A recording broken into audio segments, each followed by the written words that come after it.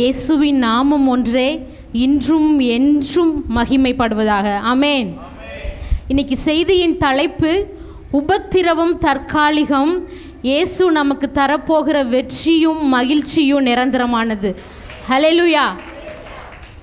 நம்மளுடைய வாழ்க்கையில் இருக்கிற எல்லா கஷ்டங்களும் எல்லா உபத்திரவங்களுக்கும் ஒரு எண்டு இருக்குது. ஏசப்பா நமக்கு தரப்போகிற மகிழ்ச்சியும் வெற்றியும் நிரந்தரமானது.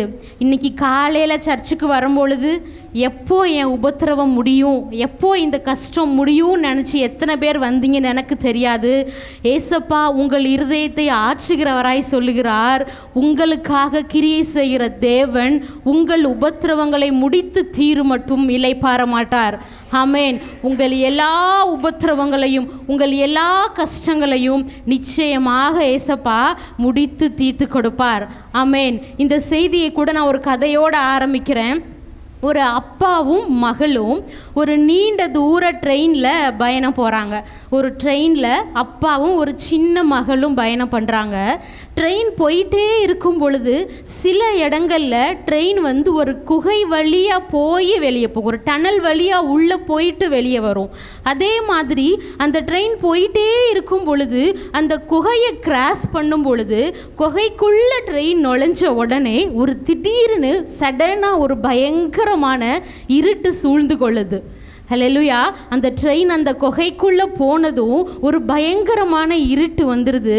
அந்த ட்ரெயினோட சவுண்டு என்ன ஆகுது அப்படின்னா பயங்கரமாக எக்கோ அடிக்குது. அந்த சின்ன மகளோட இருதயத்தில் பயம் வந்துடுச்சு. ஐயோ அப்பா, இவ்வளோ இருட்டாக இருக்கே, இந்த இருட்டு எப்போ முடியும், எனக்கு பயமாக இருக்குது, என் கண்ணில் வெளிச்சமே தெரியலை அப்படின்னு அந்த சின்ன மக அழுகும் பொழுது அப்பா அந்த மகளை தூக்கி மார்போடு அணைச்சி, மகளே பயப்படாத, நான் உன் கூடவே தான் இருக்கிறேன், இந்த இருட்டு கொஞ்ச நேரம் மட்டும்தான், சீக்கிரமா வெளிச்சம் வந்துடும் அப்படின்னு மகள்கிட்ட சொல்றாரு. அதே மாதிரி கொஞ்ச நேரத்தில் ட்ரெயின் அந்த குகையிலிருந்து வெளியே போனதும் வெளிச்சம் வந்துருச்சு. அந்த சின்ன மகளுக்கு ரொம்ப சந்தோஷம். ஹல்லேலூயா. இன்னைக்கு நம்மளோட வாழ்க்கையில் இருக்கிற உபத்திரவம், கஷ்டம், தோல்வி, வறுமை இதெல்லாம் நமக்கு எப்படி தெரியும்? ஒரு இருண்ட குகைக்குள்ளே போய் நம்ம மாட்டிக்கிட்ட மாதிரி இருக்கும். ஆனால் நிச்சயமாக என்ன வரும்? வெளிச்சம் வரும். இருண்ட குகைக்குள்ளே மாட்டிக்கிட்ட மாதிரி இருக்கும் பொழுதும் பரமபிதா ஏசப்பா நம்ம கூடவே தான் இருக்கிறாரு. நான் உன் கூடவே தான் இருக்கேன், பயப்படாத அப்படின்னு எல்லா நேரத்திலையும் எல்லா சூழ்நிலைகளிலும் ஏசப்பா நம்ம கூடவே தான் இருக்கிறாரு. நம்மளை சுற்றி எவ்வளோ இருட்டு இருந்தாலும், எவ்வளோ வறுமை இருந்தாலும், எவ்வளோ கவலை இருந்தாலும், எவ்வளோ உபத்திரவம் இருந்தாலும் எல்லா நேரத்துலையும் நம்ம கூட யார் இருக்கா? ஏசப்பா இருக்கிறாரு. ஏசப்பா நம்மளை எப்பவும் ஆராய்ந்து அறிந்திருக்கிறார். நம்ம நடந்தாலும் படுத்தாலும் நம்ம கூடவே இருக்கிறாரு. நம்ம உட்கார்தலையும் எழுந்திருக்கதையும் அவர் அறிந்திருக்கிறாரு. அவருடைய கரம் எப்பொழுதும் நம்ம கூட இருக்கிறது. நமக்கு என்ன தேவைன்னு சொல்றதுக்கு முன்னாடியே, வாயிலிருந்து என்ன தேவைன்னு சொல்றதுக்கு முன்னாடியே நமக்கு என்ன தேவை இருக்குன்னு அறிந்திருக்கிறாரு. அப்படிப்பட்ட ஆண்டவர் தான் நம்மளுடைய ஆண்டவர். ஹல்லேலூயா. எடுத்துக்கொள்ளுங்கள் சங்கீதம் 139 8வது வசனம். நான் வானத்திற்கு ஏறினாலும் நீர் அங்கே இருக்கிறீர், நான் பாதாளத்தில் படுக்கை போட்டாலும் நீர் அங்கேயும் இருக்கிறீர். வானத்திற்கு ஏறினாலும் ஏசப்பா அங்கேயும் இருக்கிறாராம், பாதாளத்தில் போய் படுக்க போட்டாலும் ஏசப்பா அங்கேயும் இருக்கிறாராம். இதன் ஆவிக்குரிய அர்த்தம் என்ன அப்படின்னா, வானம் என்பது நம்முடைய வாழ்க்கையின் உயர்வுகளை குறிக்கிறது, பாதாளம் என்பது நம்மளுடைய வாழ்க்கையின் தாழ்வுகளை, நம்மளுடைய உபத்திரவங்களை குறிக்கிறது. ஹல்லேலூயா. நம்ம வானத்தில் இருக்கும் பொழுதும் நம்ம உயர்வில் இருக்கும் பொழுதும் ஏசப்பா நம்ம கூட தான் இருக்கிறாரு. நம்ம உபத்திரவத்தில் விழுந்து கண்ணீரில் அழுது படுத்து கொண்டு இருக்கும் பொழுதும் ஏசப்பா அங்கேயும் நம்ம கூட தான் இருக்கிறாரு. நம்ம கண்ணீரை தொடச்சி, நம்ம வறுமையில் இருக்கும் பொழுது, கஷ்டத்தில் இருக்கும் பொழுது நம்ம கண்ணீரை தொடச்சி ஏசப்பா நம்ம பாதாளத்தில் இருக்கும் பொழுதும் நம்ம கூடவே தான் இருக்கிறார். அந்த ட்ரெயின் இருண்ட குகைக்குள்ள நுழைஞ்சது. திடீர்னு இருட்டு வந்தது, பயம் வந்தது. ஆனால் அந்த நேரத்துலையும் அப்பா கூடவே இருந்து, பயப்படாத, நான் உன் கூடவே இருக்கேன்னு சொன்னார்ல. அது போல தான் நம்மளுடைய வாழ்க்கையில் என்ன உபத்திரவம் வந்தாலும், என்ன கவலை வந்தாலும், எல்லா நேரத்துலையும் ஏசப்பா நம்ம கூடவே தான் இருக்கிறாரு. அதான் தாவீது சொல்றாரு, பாதாளத்தில் படுக்கை போட்டாலும் அங்கேயும் நீர் இருக்கிறீர் அப்படின்னு. அவர் நம்ம கரத்தை பிடிச்சி, மகளே மகனே மகனே பயப்படாத, இந்த உபத்திரவம் கொஞ்ச நேரம்தான், வெளிச்சம் சீக்கிரமாக வந்துடும், இந்த கஷ்டம் எல்லாத்துக்கும் என்ன இருக்குது, ஒரு எண்டு இருக்குது அப்படின்னு சொல்கிறாரு. நம்ம உயர்வில் இருக்கும் பொழுது ஏசப்பா நம்ம கூட இருக்கிறார் என்பது அவர் நம்மளோட மேல் வைத்திருக்கிற மகிமை. ஆனால் நம்ம பாதாளத்தில் இருக்கும் பொழுது, நம்ம கஷ்டத்தில் இருக்கும் பொழுதும் ஏசப்பா நம்ம கூட இருக்கிறார் என்பது அவர் நம்மேல் வைத்த அன்பு. ஆமென். நமக்கு என்ன சூழ்நிலை இருந்தாலும் எல்லா நேரத்துலையும் நம்ம கூட ஏசப்பா இருக்கிறாரு. ஏசப்பா என்ன சொல்லியிருக்கிறாரு, இந்த உலகத்தில் நமக்கு என்ன உண்டு, உபத்திரவம் உண்டு. யோவான் 16:33, என்னிடத்தில் உங்களுக்கு சமாதானம் உண்டாயிருக்கும் பொருட்டு இவைகளை உங்களுக்கு சொன்னேன், உலகத்தில் உங்களுக்கு உபத்திரவம் உண்டு, ஆனாலும் திடன் கொள்ளுங்கள், நான் உலகத்தை ஜெயித்தேன் என்றார். ஏசப்பா என்ன சொல்கிறாரு, இந்த உலகத்தில் உபத்திரவம் இருக்குது அப்படின்னு. இந்த வார்த்தையை நம்மளை பயமுடுத்துறதுக்காக ஏசப்பா சொல்லலை, நம்மளை தைரியப்படுத்துகிறாரு. இந்த உலகத்தில் என்ன இருக்குது, கஷ்டம் இருக்குது, உபத்திரவம் இருக்குது, ஆனாலும் என்ன பண்ணுங்க, தைரியமாக இருங்க, திடன் கொள்ளுங்கள். ஏன் தைரியமாக இருக்க சொல்கிறாரு அப்படின்னா, இந்த தீமை, இந்த உலகத்தில் இருக்கிற தீமை, பாடுகள், கவலைகள், உபத்திரவங்கள், இதை எல்லாத்தையும் ஏசப்பா சிலுவையின் மூலமாக வெற்றி வாங்கி கொடுத்துட்டாரு. ஆமென். இந்த உலகத்தில் உபத்திரவம் இருக்குன்னு ஆண்டவரே ஒப்புக்கொள்கிறாரு. ஆண்டவரே சொன்னாலும் ஏசப்பா என்ன சொல்கிறாரு, உபத்திரவம் இருந்தாலும் நீங்கள் தைரியமாக இருங்க, எல்லாத்தையும் என்ன பண்ணிட்டார் ஏசப்பா, சிலுவையில் செஞ்சு முடிச்சிட்டாரு. நம்ம எல்லாரும் ஒரு ஜெயித்த ராஜாவின் பிள்ளைகள். ஹல்லேலூயா. சிலுவையில் எல்லா காரியங்களுக்காகவும் ஏசப்பா நமக்கு வெற்றி வாங்கி கொடுத்துருக்கிறாரு. இந்த உலகத்தில் இருக்கிற தோல்விகளும் உபத்திரவங்களும் நம்மளை ஒரு நாளும் வீழ்த்த முடியாது. ஆமென். இந்த உலக கஷ்டங்களும் இந்த உலக பாடுகளும் நம்மளை ஒன்றுமே செய்ய முடியாது. உபத்திரவத்தை பார்த்து, கவலையை பார்த்து, சோதனையை பார்த்து ஒரு நாளும் பயப்படாதீங்க. எல்லா சூழ்நிலைகளிலும் எல்லா நேரத்திலும் ஏசப்பா நம்ம கூடவே தான் இருக்கிறாரு. ஆமென். ஒரு பெரிய காடு, அந்த காட்டில் ஒரு பலவீனமான ஒரு சின்ன பறவை இருக்கு. அந்த சின்ன பலவீனமான பறவையை பார்த்து மற்ற பறவைங்க எல்லாம் சொல்லுதான், உன்னால் எதுவும் முடியாது, உன்னால் பறக்கவே முடியாது, நீ மிகவும் பலவீனமானவள் அப்படின்னு சொல்லி அந்த சின்ன பறவையை பார்த்து காட்டில் இருக்க மற்ற பறவைகள் எல்லாம் ஏளனம் பண்ணுதான். அப்போ திடீர்னு ஒரு நாள் என்ன நடக்குது அந்த காட்டில் அப்படின்னா, பயங்கரமான மழை, புயல் காற்று அடிக்குது, சூறாவளி காற்று அடிக்குது. அப்போ இந்த நல்லா இருக்க பறவைகள் எல்லாம் தப்பிப்பதற்காக உயர்ந்த மரத்தில் பறந்து மேலே போய் உட்காந்துருச்சு.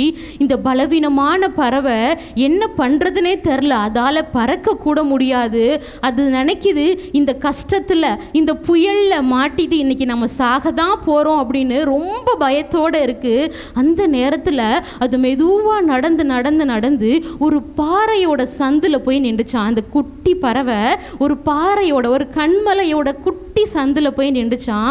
அந்த காட்டில் பயங்கர மழை, பயங்கர காற்று, காட்டில் இருக்க எல்லா மரங்களும் வேரோடு கீழே விழுகுது.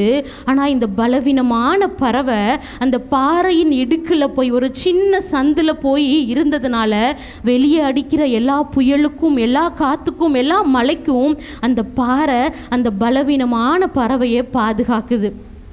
நம்மளோட வாழ்க்கையில் என்ன உபத்திரவம், என்ன பிரச்சனை இருந்தாலும் நம்ம போய் யாரை சார்ந்து கொள்ளணும், கண்மலையானவரை சார்ந்து கொள்ளணும். அவரை சார்ந்து இருக்கும் பொழுது, அவர்கிட்ட நெருங்கி இருக்கும் பொழுது, இந்த வெளியே என்ன புயல் அடித்தாலும், என்ன கஷ்டம் இருந்தாலும், என்ன வறுமை இருந்தாலும், நம்முடைய தேவனாகிய கர்த்தர் கண்மலையானவர் எல்லா உபத்திரவத்தில் இருந்து என்ன பண்ணுவார், நம்மளை பாதுகாக்கிறவராக இருக்கிறாரு. ஹல்லேலூயா. இந்த உலகத்தில் இருக்க எந்த உபத்திரவத்துக்கும், எந்த கவலைக்கும் நம்ம பயப்பட தேவையில்லை. எல்லா சூழ்நிலைகளிலும் ஏசப்பா நம்ம கூட இருக்கிறாரு. எல்லா நேரத்திலையும் நம்ம யாரை சார்ந்திருக்கணும், ஏசப்பாவை சார்ந்து இருக்கும் பொழுது எதாலும் நம்மளை அசைக்கவே முடியாது. இந்த உபத்திரவங்கள் எல்லாமே ரொம்ப சீக்கிரமாக முடிஞ்சிடும். ஆமென். இந்த உபத்திரவத்துக்கு எல்லாத்துக்குமே என்ன இருக்குது, ஒரு எண்டு இருக்குது. எல்லாத்துக்குமே இந்த பூமியில் இருக்க எல்லா பொருள்களுக்குமே என்ன இருக்குது, ஒரு எக்ஸ்பைரி டேட் இருக்குது. அதே போல தான் நம்மளோட வாழ்க்கையில் இருக்கிற எல்லா உபத்திரவத்துக்கும், எல்லா பிரச்சனைக்கும் ஒரு எண்டு இருக்குது. வாசிங்கள் 2 கொரிந்தியர் 4:17. மேலும் காணப்படுகிறவர்களை அல்ல, காணப்படாதவைகளை நோக்கி இருக்கிற நமக்கு அதி சீக்கிரத்தில் நீங்கும் லேசான நம்முடைய உபத்திரவம் மிகவும் அதிகமான நித்திய கனமகிமையை உண்டாக்குகிறது. நம்ம இப்போ பார்த்துட்டு இருக்கிற கஷ்டம், வியாதி, பிரச்சனை இவை எல்லாத்துக்கும் என்ன இருக்குது? ஒரு எக்ஸ்பைரி டேட் இருக்குது. அப்படி தானே? இன்றைக்கி பிரச்சனை இருக்கும், அது நாளைக்கு மறைஞ்சிரும். உங்கள் கஷ்டமும் அதில் ஒன்று தான். இன்றைக்கி அந்த உபத்திரவம் இருக்குது அப்படின்னா அந்த உபத்திரவம் நாளைக்கு இருக்காது, அதுவும் சீக்கிரமாக முடிவுக்கு வரும். நம்ம பார்த்துட்டு இருக்கிற கவலை, கண்ணீர், கஷ்டம் எல்லாம் இந்த பூமியில் தான் காணப்படாத ஒன்று, நம்ம பார்க்காத ஒன்று நமக்காக ஆயத்தமாயிட்டு இருக்கு. நான் ஒரு உதாரணம் சொல்கிறேன். நீங்கள் கற்பனை பண்ணிக்கொள்ளுங்க, நீங்கள் ஒரு வாடகை வீட்டில் குடியிருக்கீங்க. அந்த வாடகை வீட்டின் மேல் கூரை ஒழுகுது. அந்த வீட்டில் தண்ணி வசதி இல்லை. அந்த வீட்டோட ஓனர் அடிக்கடி வந்து உங்களை ஏதாவது சொல்லி கஷ்டப்படுத்திட்டே இருக்கிறாரு. அந்த வாடகை வீட்டில் நீங்கள் இருக்கும் பொழுது உங்களுக்கு கவலை, கண்ணீர், துக்கம், உபத்திரவம் இது மட்டும்தான் இருக்குது. அப்படிப்பட்ட ஒரு சூழ்நிலையில் நீங்கள் இருக்கும் பொழுது ஒரு நல்ல செய்தி உங்களுக்கு வருகிறது. உங்களுக்காக ஒரு பிரம்மாண்டமான பெரிய அரண்மனை அங்கே ஆயத்தமாயிட்டு இருக்கு. அதை நீங்கள் இன்னும் பார்க்கல. அந்த செய்தி என்ன? உங்களுக்காக ஒரு பெரிய பிரம்மாண்டமான அரண்மனை ரெடி ஆயிட்டுருக்கு, நீங்கள் அங்கே போக போகிறீங்க அப்படின்னு ஒரு நல்ல செய்தி வருது. அப்போது நீங்கள் என்ன நினைப்பீங்க? வாடகை வீட்டில் இருக்க கஷ்டத்தை நினச்சி அழுதுகிட்டே இருப்பீங்களா? இல்லை இன்னும் கொஞ்ச நாள் தான் எனக்காக ஒரு அரண்மனை காத்துட்ருக்குன்னு சந்தோஷமாக இருப்பீங்களா? எனக்காக ஒரு அரண்மனை காத்துட்ருக்கு நம்ம சந்தோஷமாக இருப்போம். இந்த வாடகை வீட்டின் ஓட்டை கூரையோ அந்த ஓனரோட கஷ்டப்படுத்துகிற வார்த்தையோ நம்மளுக்கு பெருசாக தெரியாது. ஏன்னா நமக்கு ஒரு பெஸ்ட்டான ஒரு பெரிய பிரம்மாண்டமான அரண்மனை ரெடி ஆகிட்டு இருக்கும் பொழுது நம்மளுடைய கான்சன்ட்ரேஷன் எல்லாமே எங்கே இருக்கும்? அந்த அரண்மனையை நோக்கி தான் இருக்கும். இந்த பூமி தான் அந்த வாடகை வீடு. இந்த பூமியில் கஷ்டம் இருக்கும், கவலை இருக்கும், கண்ணீர் இருக்கும், உபத்திரவம் இருக்கும். இதை ஒரு நாள் காலி பண்ணிட்டு நம்ம போக தான் போகிறோம். ஆமேன். இது நிரந்தரம் இல்லை. இந்த பூமியில் இருக்கிற கஷ்டம் நிரந்தரம் இல்லை. இந்த வீட்டை காலி பண்ணி ஒரு நாள் போக தான் போகிறோம். நம்மளுடைய சொந்த வீடு, நம்மளுடைய அரண்மனையை ஏசப்பா ஆயத்தம் பண்ணிட்டு இருக்கிறாரு. ஏசு கிறிஸ்து நமக்காக பரலோகத்தில் ஆயத்தம் பண்ணிட்டு இருக்கிற அந்த நித்தியமான பரலோக வாழ்வு நமக்கு இருக்குது. இந்த கஷ்டங்களை பார்த்து நம்ம சோர்ந்து போகக்கூடாது. நம்ம கண்ணுக்கு தெரியாத ஒரு நிரந்தரமான பிரம்மாண்டமான அரண்மனை நமக்காக காத்துட்ருக்கு. இந்த பூமியில் படுகிற கஷ்டம் கடுகளவு அப்படின்னா ஏசப்பா நமக்காக வச்சிருக்கிற ஆசீர்வாதம் ஒரு மலை அளவு பெரியது. அல்லேலூயா. இந்த கஷ்டத்தையும் இந்த பிளெஸ்ஸிங்கையும் ஒப்பிடவே முடியாது.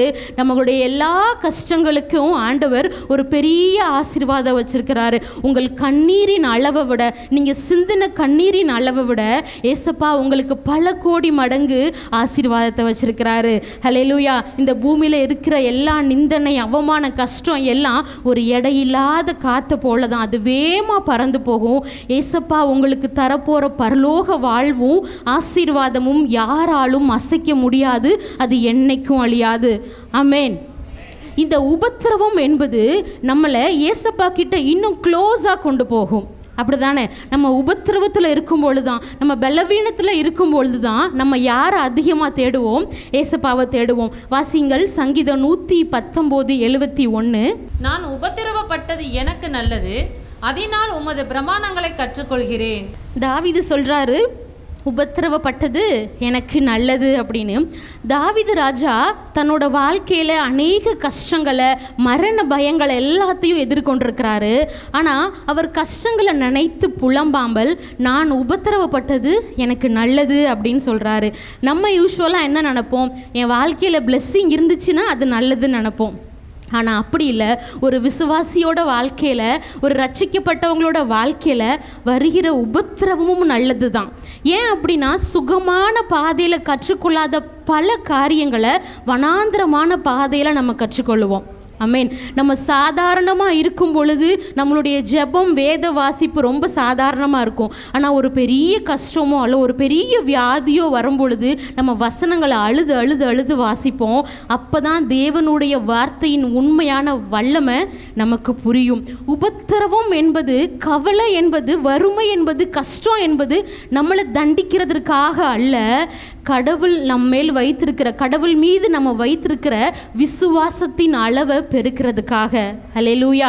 நமக்கு ஒரு பலவீனம் வரும்பொழுது தான் நம்ம ஆண்டவர்கிட்ட நெருங்கி போவோம். அதே போல தான் உபத்திரவத்திலையும் நம்ம என்ன பண்ணணும்? யாரை சார்ந்து கொள்ளணும்? கர்த்தரை சார்ந்து கொள்ளணும். ஹல்லேலூயா. இப்போ என்கிட்ட 2 டம்ளர் இருக்குது, 2 டம்ளர்லையும் தண்ணி இருக்குது. அதில் ஒரு டம்ளர் இருக்கிற தண்ணி நார்மல் பச்சை தண்ணி, ஒரு டம்ளரில் ஒரு சுடு தண்ணி இருக்குது. இப்போ என் கையில் 2 டீ பேக் இருக்குது. ஒரு டீ பேக்கை பச்சை தண்ணிக்குள்ளே நான் போடுறேன். அந்த டீ பேக் அதுக்குள்ளே போட்டோடனே அதோட கலரும் மாறாது, அந்த டீயோட ஸ்மெல்லும் வெளியே வராது. கொதிக்கிற சுடு தண்ணிக்குள்ளே அந்த டீ பேக்கை உள்ளே போட்டால் அதோட கலர் மாறும், அந்த டீயோட ஸ்மெல்லு வெளியே தெரியும். அதுபோல தான் நம்ம சுடு தண்ணிக்குள்ளே அனுமதிக்கப்படும் பொழுது தான், நம்ம உபத்திரவத்தில் அனுமதிக்கப்படும் பொழுது தான் நம்மளுடைய விசுவாசமும் ஜெப ஜீவியமும் வெளியே தெரியும். ஹல்லேலூயா. உபத்திரவன்ற சுடு தண்ணிக்குள்ளே நம்ம அனுமதிக்கப்படும் பொழுது தான் நம்மளுடைய ஜெபம் வெளியே வரும், நம்மளுடைய விசுவாசம் வெளியே வரும். ஆண்டவர் நம்மளை இந்த உலகத்துக்கு காட்டுவார். இந்த வியாதி இவங்களுக்கு சுகமாச்சு, இந்த பலவீனம் இவங்களுக்கு மாறுச்சு. எப்படி மாறுச்சு? அவங்க யார்கிட்ட போனாங்க? ஏசப்பா கிட்ட போனாங்க. நம்ம சுடு தண்ணிக்குள்ளே அனுமதிக்கப்படும் பொழுது தான் என்ன பண்ணுவோம்? மற்றவர்களுக்கு வெளியே தெரியும். அதனால தான் தாவீது ராஜா சொல்றாரு, நான் உபத்திரவப்பட்டது எனக்கு நல்லது அப்படின்னு. உபத்திரவம் என்பது கடவுளோட நம்மளை, ஏசப்பாவோட நம்மளை ரொம்ப க்ளோஸாக நெருங்க வைக்குது. அதனால உங்கள் வாழ்க்கையில் வந்த பழைய உபத்திரவங்களையும் இப்போ இருக்கிற உபத்திரவங்களையும் நினச்சி நீங்கள் ஒரு நாளும் கவலைப்படாதீங்க, பயப்படாதீங்க. இந்த உபத்திரவம் உங்களை ஏசப்பாவோட இன்னும் அதிகமாக நெருங்க வைக்கும். உங்களுடைய விசுவாசத்தின் அளவு அதிகமாகும். ஹல்லேலூயா. அடுத்து உபத்திரவத்தில் மேன்மை பாராட்டணும். ஹல்லேலூயா. நம்ம நல்லா இருக்கும் போது இயேசுவே நீர் நல்லவர் நன்றின்னு சொல்கிறத விட, நம்ம பாடுலையும் உபத்திரவத்தில் இருக்கும் பொழுதும் இயேசுவே எனக்கு நன்றி அப்படின்னு சொல்கிறோம்ல, உபத்திரவத்திலையும் மேன்மை பாராட்ட கற்றுக்கொள்ளணும். பவுலுக்கு ஒரு உபத்திரவம் இருந்தது. 2 கொரிந்தியர் 12வது அதிகாரத்தை எடுத்து வைத்துக் கொள்ளுங்கள். 2 கொரிந்தியர் 12வது அதிகாரம். இந்த 2 கொரிந்தியர் 12வது அதிகாரத்தில் பவுல் ஒரு இன்டைரக்டாக ஒரு மேட்ரை சொல்லியிருப்பார். எனக்கு ஒரு மனுஷனை தெரியும், 14 வருஷத்துக்கு முன்னாடி அவன் 3வது வானம் வரைக்கும் எடுத்துக்கொள்ளப்பட்டான். அவன் சரீரத்தோடு இருந்தானா, அதாவது அவனோட சரீரத்தோடு அவன் பரலோகத்துக்கு போனானா இல்லை அவன் ஆவி மட்டும் போச்சான்றது எனக்கு தெரியாது, ஏசப்பாக்கு மட்டும்தான் தெரியும். மனுஷர் பேசப்படாத வார்த்தைகளை அவன் 3வது வானத்தில் கேட்டானான்னு சொல்லியிருப்பார் இன்டைரக்டாக. அது யாருன்னா பவுல் தான். 2 கொரிந்தியர் 12வது அதிகாரம் 7வது வசனம். அன்றியும் எனக்கு வெளிப்படுத்தப்பட்டவைகளுக்குரிய மேன்மையின் நிமித்தம் நான் என்னை உயர்த்தாதபடிக்கு என் மாம்சத்திலே ஒரு முள் கொடுக்கப்பட்டிருக்கிறது. என்னை நான் உயர்த்தாதபடிக்கு அது என்னை குட்டும் சாத்தானுடைய தூதனாய் இருக்கிறது. பவுலோட மாம்சத்தில் ஒரு முள் இருக்குது. அது என்ன முள்? அது ஒரு பலவீனம். அவரோட சரீரத்தில் ஒரு பலவீனம் இருக்குது. அது என்ன பலவீனன்றது, இதுதான் அவரோட சரீரத்தில் இருந்த பலவீனன்றது யாருக்கும் தெரில. ஆனால் வேத அறிஞர்கள் 3 நோயை இது பவுலுக்கு இருந்திருக்கலாம் அப்படின்னு சொல்கிறாங்க. முதல் நோய் தீராத கண்ணு வலியாம். வேதாகமத்தில் இல்லை பவுலுக்கு இந்த நோய் இருந்துச்சுன்னு, வேத அறிஞர்களோட கெஸ்ஸிங் பவுலுக்கு இது ஒரு வேலை இருந்திருக்கலாம் அப்படின்னு. அதில் முதல் நோய் தீராத கண்ணு வலி. ஏன் தீராத கண்ணு வலி அப்படின்னா, பவுல் தமஸ்கு வீதியில் இயேசுவை பார்த்த பொழுது அவருடைய பார்வை என்ன ஆச்சு? குருடாயிருச்சு. ஸோ அந்த இன்சிடெண்ட்னால அவருடைய கண்களில் ஒரு பலவீனமும் நீர் வடிஞ்சிட்டே இருந்திருக்கும். அதை தான் அவர் முள்ளுன்னு சொல்கிறாங்க. இன்னும் ஒன்று என்ன சொல்கிறாங்கன்னா, ஒற்றை தலைவலின்னு சொல்கிறாங்க. ஒரு சைடு மட்டும் பவுலுக்கு தலைவலி இருந்திருக்கும். பவுல் வாழ்ந்த காலத்தில் பரவலாக நிறைய பேருக்கு தலைவலின்ற கம்ப்ளைண்ட் இருந்ததான். ஸோ பவுலுக்கு அந்த தலைவலி ரொம்ப சரீரத்தில் வாட்டியிருக்கும். அதை தான் அவர் முள்ளுன்னு சொல்லியிருப்பாருன்னு சொல்கிறாங்க. இன்னொன்று என்ன சொல்கிறாங்க அப்படின்னா, மலேரியா காய்ச்சலாக இருந்திருக்கும் பவுலுக்குன்னு சொல்கிறாங்க. ஏன்னா பவுல் சதுப்பு நில பகுதியில் தான் ஊழியம் பண்ணிட்டு இருந்தாராம். அப்போ அடிக்கடி அங்கே மலேரியா ஃபீவர் வருமா, அதனால அவரோட சரீரம் நடுக்கத்துக்கும் பலவீனத்துக்கும் அதிகமாக இருந்திருக்கும். அதனால தான் அவர் முள்ளுன்னு சொல்கிறாருன்னு. உண்மையாக என்ன முள் இருந்துச்சுன்னு நம்ம பவுல்கிட்ட கேட்டால் மட்டும்தான் தெரியும். வேதாகமத்தில் எங்கேயும் இந்த வியாதி தான் இருந்துச்சுன்னு மென்ஷன் ஆகலை. வேத அறிஞர்கள் இது பவுலுக்கு இருந்திருக்கலாம் அப்படின்னு சொல்கிறாங்க. ஸோ பவுலோட சரீரத்தில் ஒரு பலவீனம் இருக்கு. 2 கொரிந்தியர் 12:8வது வசனம்.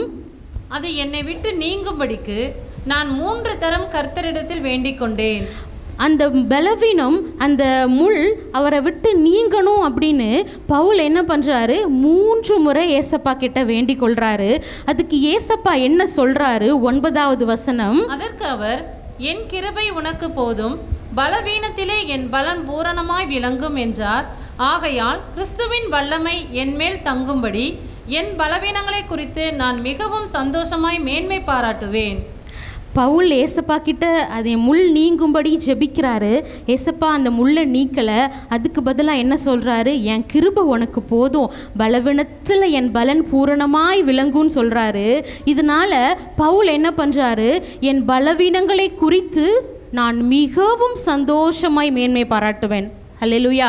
என்னோட கஷ்டங்களை குறித்து, என்னோட மாம்சத்தில் இருக்கிற அந்த வியாதியை குறித்து நான் மிகவும் சந்தோஷமாய் மேன்மை பாராட்டுவேன். எதனால்? கிறிஸ்து இயேசுவின் வல்லமை என் மேலே இருக்கிறதுனால இந்த வியாதி எனக்கு என்ன தெரியாது, பெருசில்லை. இந்த வியாதியை குறித்து நான் என்ன பண்ணுவேன், மேன்மை பாராட்டுவேன். இன்றைக்கி நம்மளோட வாழ்க்கையில் அநேக வியாதி இருக்கலாம், கவலை இருக்கலாம், உபத்திரவம் இருக்கலாம். ஆனால் ஆண்டவர் சமூகத்தில் ஏன் எனக்கு இதை அனுமதிச்சிங்கன்னு கேட்கக்கூடாது. என்னோட பலவீனத்தில் உம்முடைய பலன் பூரணமாய் விளங்கும், நீங்கள் எனக்கு சுகம் கொடுப்பீங்க அப்படின்னு ஆண்டவரை குறித்து, இயேசுவை குறித்து நம்ம என்னதான் பண்ணணும், மேன்மை பாராட்டணும். பவுல் அநேக வியாதியஸ்தர்களை குணமாக்கியிருக்கிறாரு.